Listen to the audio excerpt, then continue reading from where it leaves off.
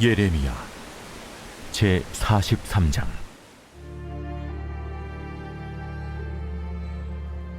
예레미야가 모든 백성에게 그들의 하나님 여호와의 말씀, 곧 그들의 하나님 여호와께서 자기를 보내사 그들에게 이르신 이 모든 말씀을 말하기를 마치니, 호사야의 아들 아사랴와 가레의 아들 요하난과 모든 오만한 자가 예레미야에게 말하기를, 내가 거짓을 말하는도다. 우리 하나님 여호와께서 너희는 애굽에서 살려고 그리로 가지 말라고 너를 보내어 말하게 하지 아니하셨느니라. 이는 네리야의 아들 바룩이 너를 부추겼어 우리를 대적하여 갈대아 사람의 손에 넘겨 죽이며 바벨론으로 붙잡아 가게 하려 함이라. 이에 가레야의 아들 요하난과 모든 군치위관과 모든 백성이 유다 땅에 살라 하시는 여호와의 목소리를 순종하지 아니하고, 가레야의 아들 요하난과 모든 군치위관이 유다의 남은 자, 곧 쫓겨났던 여러 나라 가운데에서 유다 땅에 살려 하여 돌아온 자, 곧 남자와 여자와 유아와 왕의 딸들과 사령관 누부사라단이 사반의 손자 아히감의 아들 그들에게 맡겨둔 모든 사람과 선지자 예레미야와 네리야의 아들 바룩을 거느리고 애굽 땅에 들어가 다바네스에 이르렀으니, 그들이 여호와의 목소리를 순종하지 아니함이로라. 다바네스에서 여호와의 말씀이 예레미야에게 임하여 이르시되, 너는 유다 사람의 눈앞에서 내 손으로 큰 돌 여러 개를 가져다가 다바네스에 있는 바로의 궁전 대문의 벽돌로 쌓은 축대에 진흙으로 감추라. 그리고 너는 그들에게 말하기를, 만군의 여호와 이스라엘의 하나님께서 이와 같이 말씀하시되, 보라, 내가 내 종 바벨론의 느부갓네살 왕을 불러오리니 그가 그의 왕좌를 내가 감추게 한 이 돌들 위에 놓고 또 그 화려한 큰 장막을 그 위에 치리라. 그가 와서 애굽 땅을 치고 죽일 자는 죽이고 사로잡을 자는 사로잡고 칼로 칠 자는 칼로 칠 것이라. 내가 애굽 신들의 신당들을 불지르리라. 느부갓네살이 그들을 불사르며 그들을 사로잡을 것이요, 목자가 그의 몸에 옷을 두름같이 애굽 땅을 자기 몸에 두르고 평안히 그곳을 떠날 것이며, 그가 또 애굽 땅 베세메스의 석상들을 깨뜨리고 애굽 신들의 신당들을 불사르리라 하셨다 할지니라. 할렐루야. 사랑하는 열린문교회 성도 여러분, 오늘도 주님이 주시는 참 평안 가운데 단잠 주무셨습니까? 8월 2일 금요일 하나님께서 허락하신 귀한 하루가 시작되었습니다. 오늘도 하나님께서 주시는 예레미야 말씀을 통하여 말씀의 선명한 기준이 세워지고, 그리고 또 나를 돌아보는 오늘 하루가 되었으면 좋겠습니다. 오늘 매일 성경의 제목은 애굽에 도착한 하나님의 말씀이라고 되어 있는데요. 저는 오늘 2절 말씀에 나오는 말씀을 근거해서 오만한 자의 신앙이라고 제목을 붙여보았습니다. 어제 말씀에 애굽으로 내려가기 전 예레미야에게 기도를 요청했던 요한왕과 유다 일행들은 애굽으로 가지 말고 두려워하지 말라라는 하나님의 뜻을 들려주었음에도 불구하고 애굽으로 가려 하고, 그리고 이에 대해 그들의 속마음을 하나님께서는 정확하게 보여주고 계십니다. 즉, 순종할 마음이 없이 그저 자신들의 뜻이 옳음을 확인받고 싶었던 그들에게 경고하시며, 애굽으로 가게 될 때 그곳에서 칼과 기근과 전염병으로 죽을 줄을 알라라고 분명히 말씀하여 주십니다. 이 경고의 말씀을 들은 이들의 반응을 오늘 말씀에서는 보여주고 있습니다. 오늘 2절에서 3절까지의 말씀을 보면, 호사야의 아들 아사랴와 가레야의 아들 요하난과 모든 오만한 자가 예레미야에게 말하기를, 내가 거짓을 말하는도다. 우리 하나님 여호와께서 너희는 애굽으로 살려고 그리로 가지 말라고 너를 보내어 말하게 하지 아니하셨느니라. 이는 네리야의 아들 바룩이 너를 부추겨서 우리를 대적하여 갈대아 사람의 손에 넘겨주며 바벨론으로 붙잡아 가게 하려 함이라. 무엇이라고 말하고 있습니까? 예레미야가 지금 그와 같이 말하는 것은 바룩이 부추겨서 그들을 대적하여 갈대아 사람들 손에 죽게 만들려 하고 있다라고 말하고 있는 것입니다. 이들은 자신들이 애굽으로 가기 이미 마음속에 결정하고 있었으며, 하나님이 어떤 말씀을 하시던지 그들 귀에 좋든 좋지 않든 순종하며 따르겠다고 한 고백은 거짓이었음을 어제 말씀에서 보았습니다.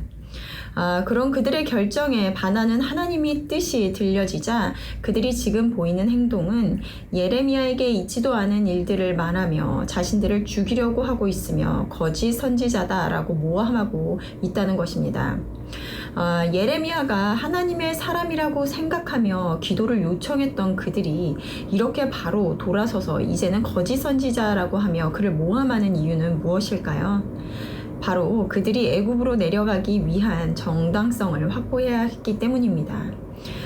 이들 마음은 이미 애굽으로 가기를 결정한 상태이기에 만약 예레미야가 하나님의 사람임을 인정하게 되면 그들은 하나님의 말씀을 불순종하고 내려가는 것이기에 그들의 행위에 정당성을 부여하기 위해서는 예레미야가 거짓 선지자가 되어야만 했던 것입니다. 요하나는 어떤 자였습니까?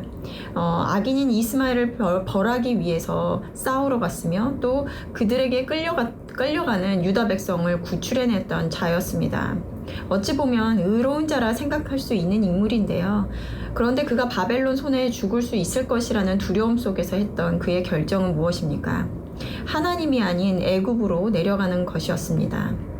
하나님에게 순종하는 듯한 모습을 보였으나 결국 그의 생각과 다른 하나님의 뜻을 듣고 그는 자신의 결정을 정당화하기 위해 하나님의 말씀을 거짓이라고 말하며 그의 뜻대로 행하더라는 것입니다. 여러분, 이 말씀을 보시면서 어떠한 생각이 드시나요? 성경의 말씀은 우리의 실존을 그대로 보여줍니다. 그래서 성경은 나를 보게 하는 거울이라는 말을 하는데요.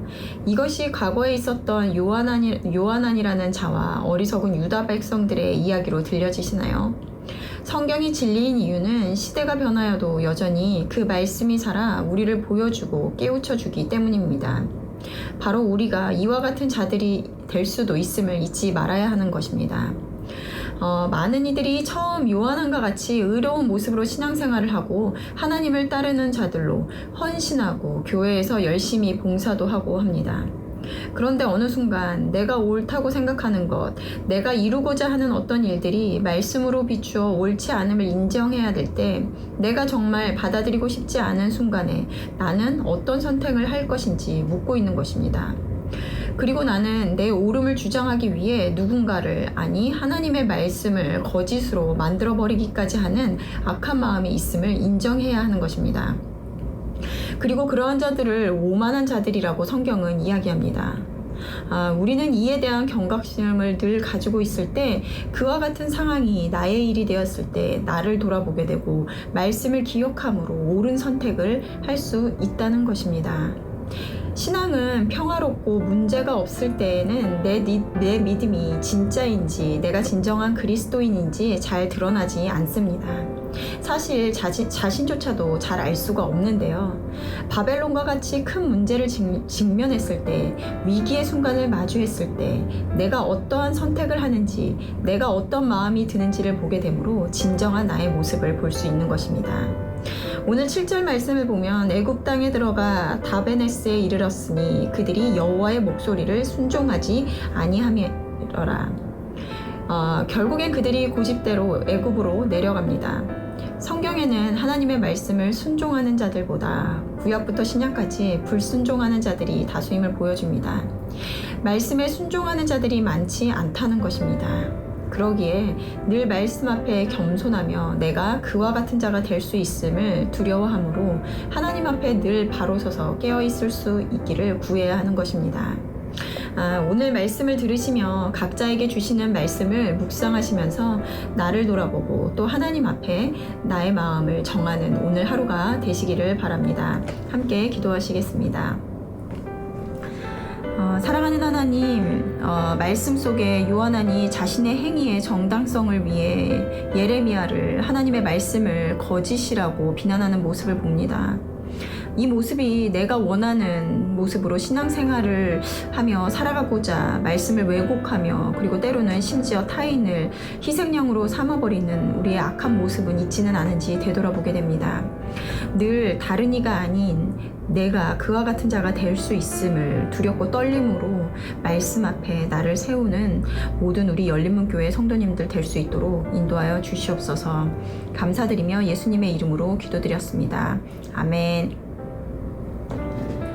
내일은 토요 새벽 예배가 있는 날입니다. 말씀과 기도의 자리로 나와 하루를 여시는 저와 여러분들이 되셨으면 좋겠습니다. 아침을 깨우는 말씀은 월요일 아침에 다시 찾아뵙도록 하겠습니다.